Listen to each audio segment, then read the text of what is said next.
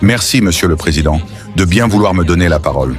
Pourquoi la Russie n'a-t-elle pas apporté à l'Iran un soutien aussi clair, immédiat et massif que celui que les États-Unis ont apporté à Israël? Est-ce une divergence d'intérêts, un choix stratégique ou une volonté d'éviter une escalade directe avec l'Occident? Certains observateurs s'interrogent sur cette retenue, alors même que la Russie et l'Iran se présentent comme des partenaires stratégiques face à l'unilatéralisme occidental. Votre question est pertinente et elle mérite une réponse claire.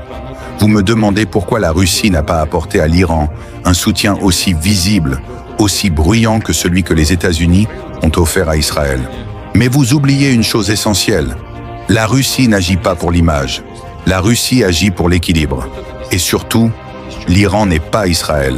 Israël est une puissance militaire, oui, mais une puissance qui dépend entièrement de l'aide américaine.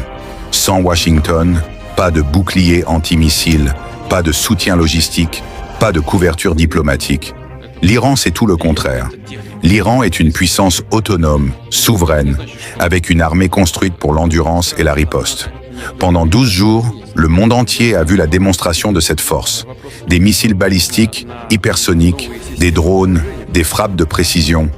L'Iran n'a pas simplement encaissé, il a riposté avec puissance. Et cette riposte, elle s'est faite sans besoin de demander la permission à quiconque. Cela ne veut pas dire que la Russie est restée passive.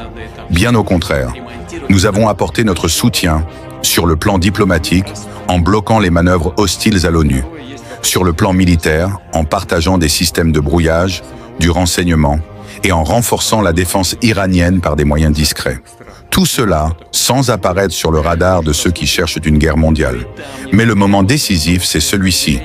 Lorsque Donald Trump a compris que l'Iran tiendrait, et lorsque la Russie a envoyé un message clair, si Israël va plus loin, si l'Iran est frappé dans ses fondements, alors nous ne resterons pas silencieux. Ce jour-là, ce n'est pas l'armée américaine qui a arrêté Netanyahou, c'est la peur d'une riposte russe, c'est l'équilibre imposé par Moscou, et ce fut suffisant pour que Washington impose, en urgence, un cessez-le-feu. Pourquoi ne pas s'afficher comme les Américains ? Parce que nous ne faisons pas de la politique spectacle. Nous ne cherchons pas à impressionner les médias. Nous cherchons à empêcher l'embrasement du monde. Une implication militaire directe aurait été un cadeau pour l'OTAN. Elle aurait ouvert la porte à des frappes contre la Syrie, contre nos bases, à une escalade incontrôlable. Et je ne suis pas président pour satisfaire l'émotion. Je suis là pour préserver la stabilité, même quand elle exige la patience, même quand elle exige le silence. Ce que nous construisons avec l'Iran, avec la Chine, avec d'autres puissances souveraines, ce n'est pas une alliance d'opportunités. C'est un ordre mondial nouveau, multipolaire, résilient. Un monde où aucune nation n'a le droit d'écraser les autres sans conséquence. Alors oui, vous n'avez pas vu nos soldats. Mais vous avez vu les résultats. Israël a reculé, les États-Unis ont hésité, et l'Iran, lui, est resté debout. Parce qu'il est puissant. Et parce qu'il sait qu'il n'est pas seul. La Russie n'a pas crié, elle a pesé. Et parfois, ce n'est pas celui qui parle le plus fort qui est le plus dangereux. C'est celui dont le silence fait trembler les calculs des autres. Si vous partagez cette vision, si vous refusez la manipulation et la guerre par procuration, alors partagez cette vidéo. Faites entendre une autre voix, une voix souveraine, une voix libre.